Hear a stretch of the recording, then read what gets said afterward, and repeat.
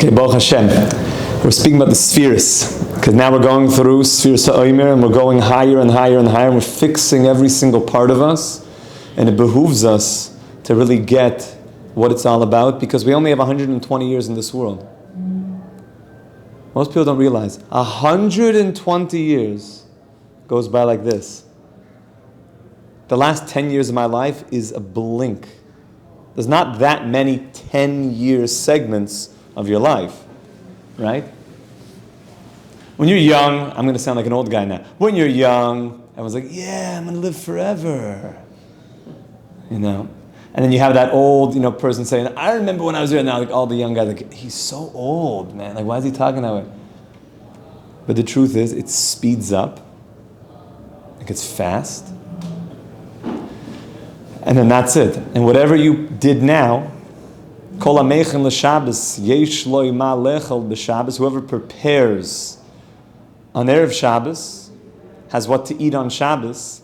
Whoever prepares during the 120 years of his life, or the 6 millennia of all of his lifetimes, will have what to eat for all eternity. The Yom Shekuloi Shabbos. And Sefirot Omer is the time now of actually fixing ourselves, fixing our midos, and being vulnerable. I think Harvard wrote a book, Why Doesn't Anyone Blush Anymore? It was a book on dating.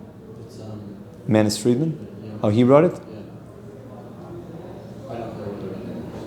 You read it? You heard about it from Harvard. I think there's some connection there. He wrote this book. I love the title because it's so true.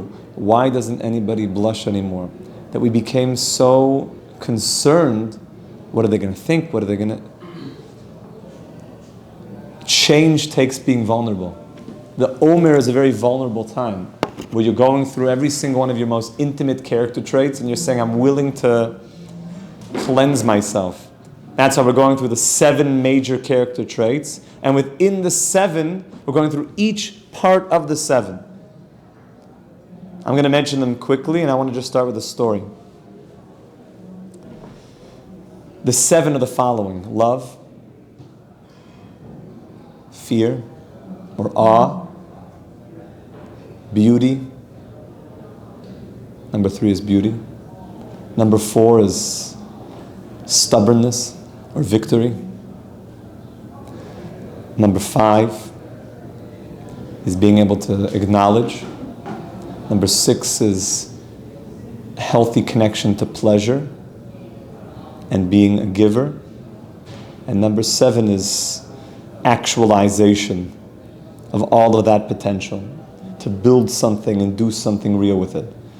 And we're going to talk about those qualities, how they all flow one to the next. But before that, I just want to begin with a story that I heard, that in Lemberg, the Lemberg Rav, the Shalom Chevra in Europe, this is the time right before the Industrial Revolution, when electricity was being created. We had shuls, we had beautiful synagogues in Europe, and they came into Lemberg. Lemberg was a very big city.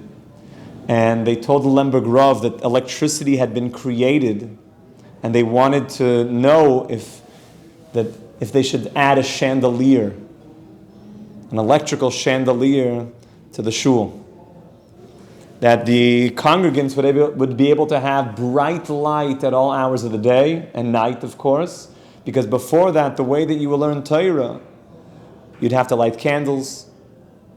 If you wanted to get up before davening, before it was light, you would come to shul, you would light some candles, and you would sit and get ready for davening.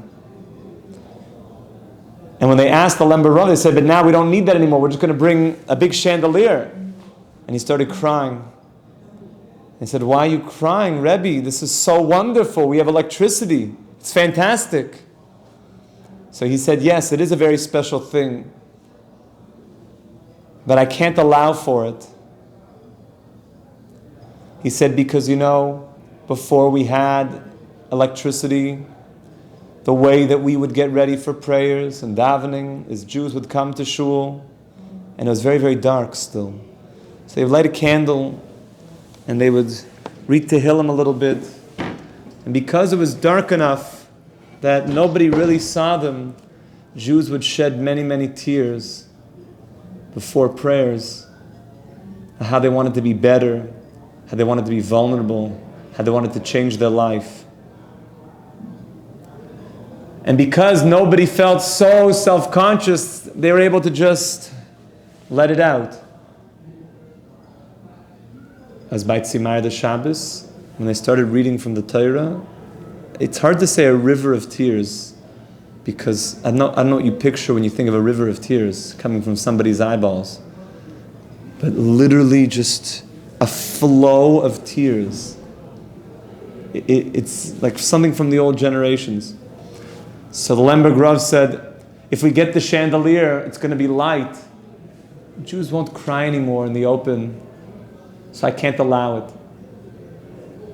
Now, even though that for us, of course, it's appropriate to have electrical lights, maybe people should try to get more vitamin D in general, and sunshine, because and our circadian rhythms have gotten messed up a little bit because of all the lights and blue light. So we need to do some fixings.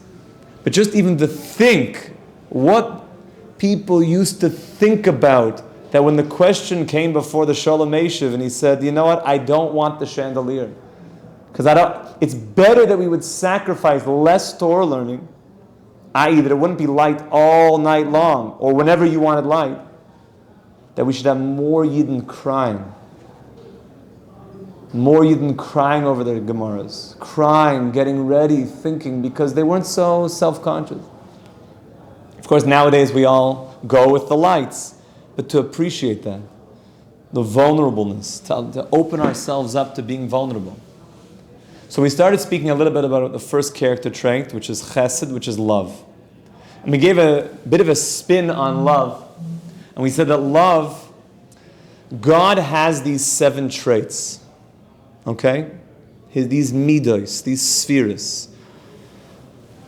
These traits are the way that God, if I were to give you a definition, if someone would ask you, what are the spheres? I heard about these things. So what would you answer me? God attributes the way He runs the world. Okay, that's actually a very good answer. What do you say? Yeshua. Spheres, like spheres. Give some answer like that.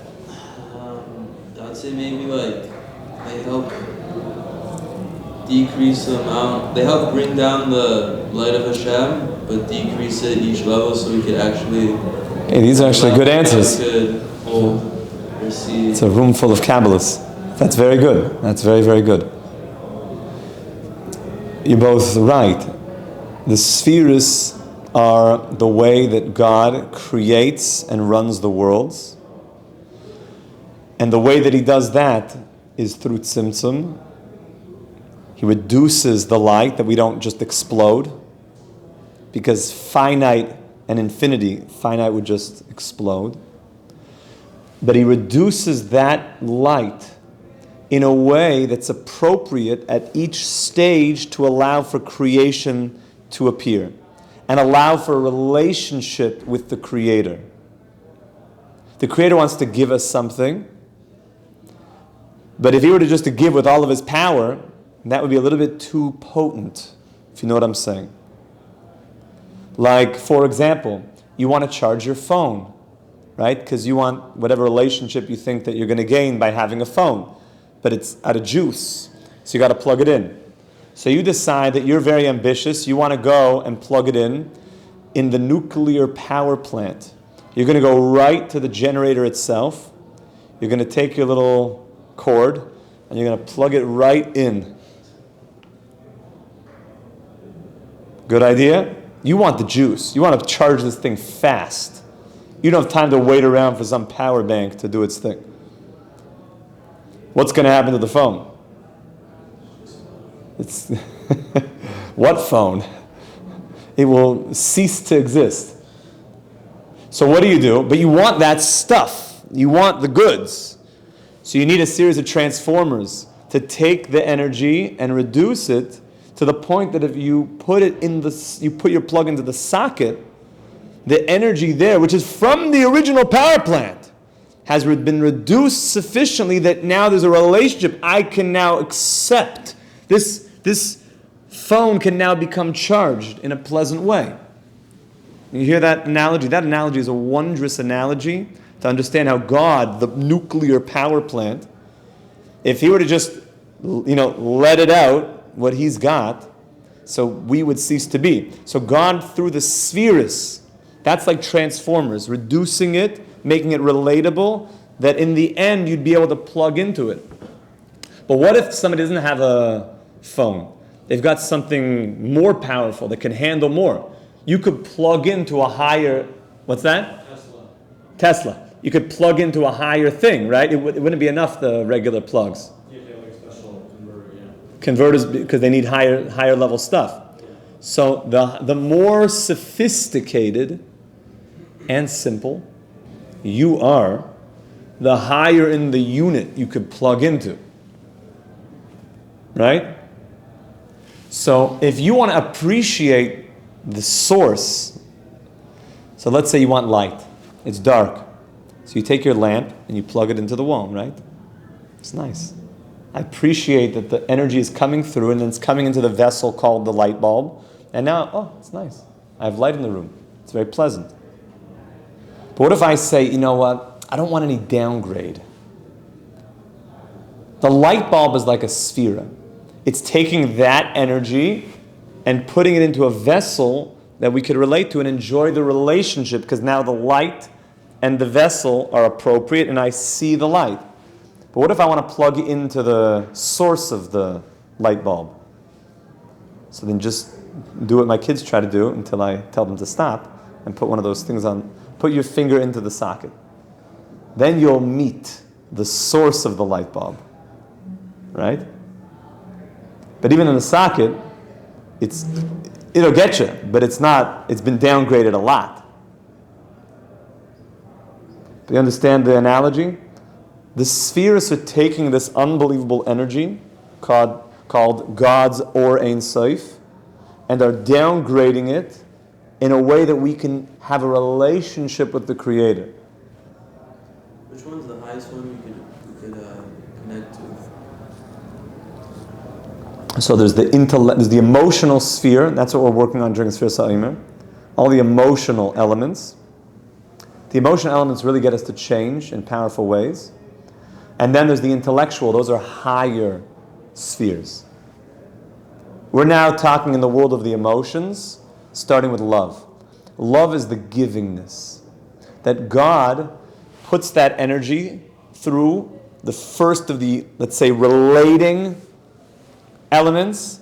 And all this, by the way, is a map. That's why anyone who wants to know the secrets of the universe learns this tree of life, learns the spheres, and then they know the secrets of relating to human beings, to relate to everything.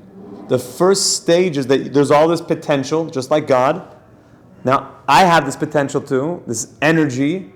So if I want to create relationship, the first thing I do is I start sharing. I start this feeling of love, moving towards, of giving. There's a power of, I want to give this. That's the first motivation. I want to give this to another person. That's how the bond is going to be made. I want to give this to another person.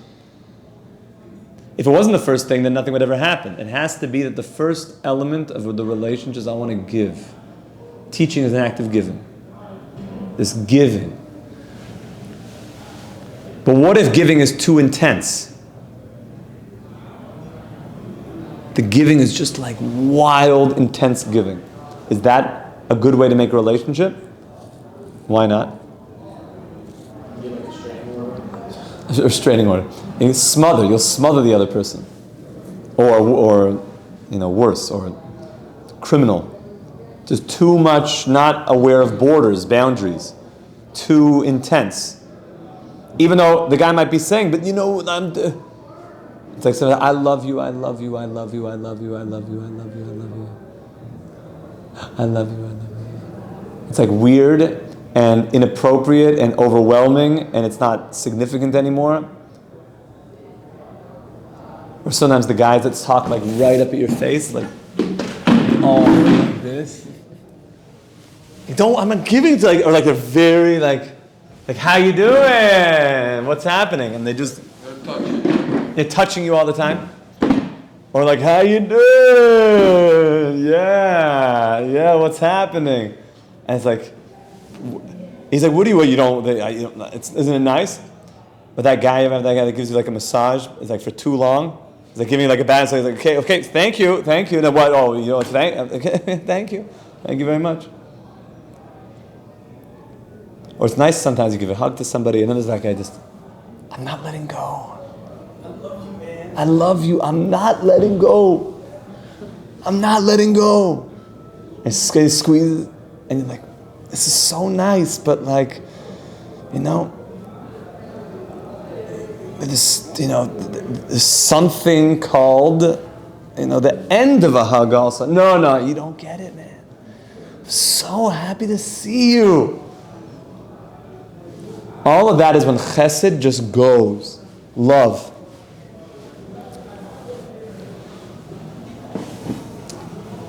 So we want to learn how to control Chesed.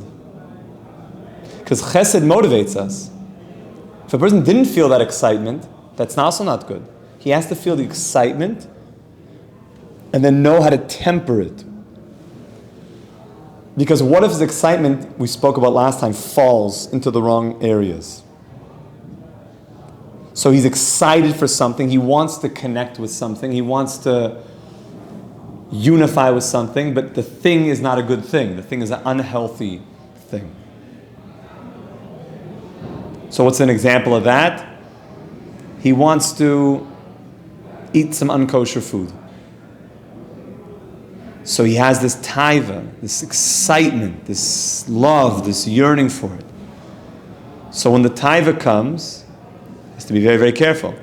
Because love, the taiva is really fallen to something that is not an appropriate love. And he needs to realize at that moment, okay, this is not an appropriate thing. I have to overcome this.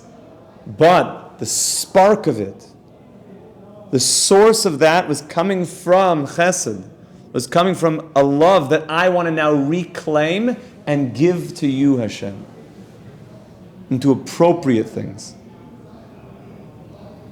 Okay, this is the model of Chesed. Questions so far on Chesed? So how do you stop it? There's something called Gevurah. Gevurah is like a stop sign. Let's go back to the guy that's like giving a hug for like so long. So he needs to know that there's a certain time that you stop giving the hug. Now, a guy who's all Gevurah might never even give a hug in the first place. His Chesed is out of whack. You hear how you need both? The first feeling that we have should be, I want to connect, I want to give. That's like God. God says, I want to give. But if God just gave everything, that would be like the nuclear power plant saying, come on, plug right into me. Gevurah means to then limit the giving. Gevurah says, stop giving. So is Gevurah a good thing or a bad thing? Balance. Everything depends where. Yankev, what is it? Good? So it's a good thing. What do you mean? It's stopping the giving. Gevurah says, this is not what you should get. Gevurah is very intense. Gevurah is din. Gevurah means stop. So the answer is that when Gevurah is used in a healthy way, it's a much greater giving. Because then the hug is an appropriate hug. The gift is an appropriate gift. The Mid of Chesed would want you guys all to win the lottery right now. $1 billion, boom. But is that a good thing? Most people don't know what to do with that much money. And they go, If everybody won $1 million, then everything would cost like $1 million more. Then they could just charge you. it's going to be a whole problem with inflation. So yeah, that is also make the money less significant. So, but Chesed would just want to give you stuff. Would just want to give. But it knows that could be overwhelming also. So Gevurah says, let's stop it. Let's stop the giving.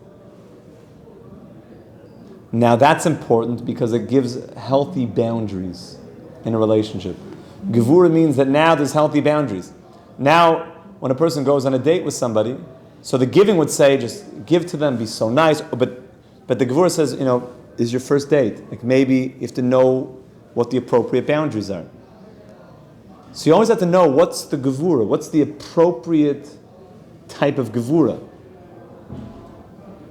And then comes Tiferet. Tiferet, which is beauty. We'll talk more about this tomorrow. Tiferet means what is the right balance of giving and the right balance of holding back. And it blends them together to give just the perfect experience. That really that's what beauty is. Beauty is when you have the right blend of everything together. By the way, that's what we call Tiferet. Yofi is when there's one thing that looks very nice. Tiferet is when it's like a collage of beautiful, when colors all like a symphony. Like how nice would it be if we just had a guitar string, just I'd just be chesed, like too much, just playing, just. So even though Gevurah says, stop playing. And then Tiferet says, play when you need to and stop when you need to, and exactly the right balance of all the elements. That's why people who are balanced people are very beautiful people. Symmetry. There's a certain balance. They know when to give. They know when to say no. It's a very beautiful, balanced expression. By the way, that's Torah. Torah is Tiferet. Everything is balanced in the right way. To know when to say yes. Chesed is when you say yes or when you say no. Yes. Yeah, Chesed is all about yes. Chesed is yes. 100%. No problem. Whatever you want. Whatever you need. It's a very good thing. But Gevurah is saying no. Somebody says to you, Gevurah, that, will you help me out? So, if you say yes, it's nice, but then you're saying no to your wife because you're already late for her. Okay, I see we need some Gevurah right now. Everyone have a wonderful day. Kol Tuv, we should be Zerach Mishit Zikenu Omer. Amen. Kol Tuv. More with Tiferet tomorrow.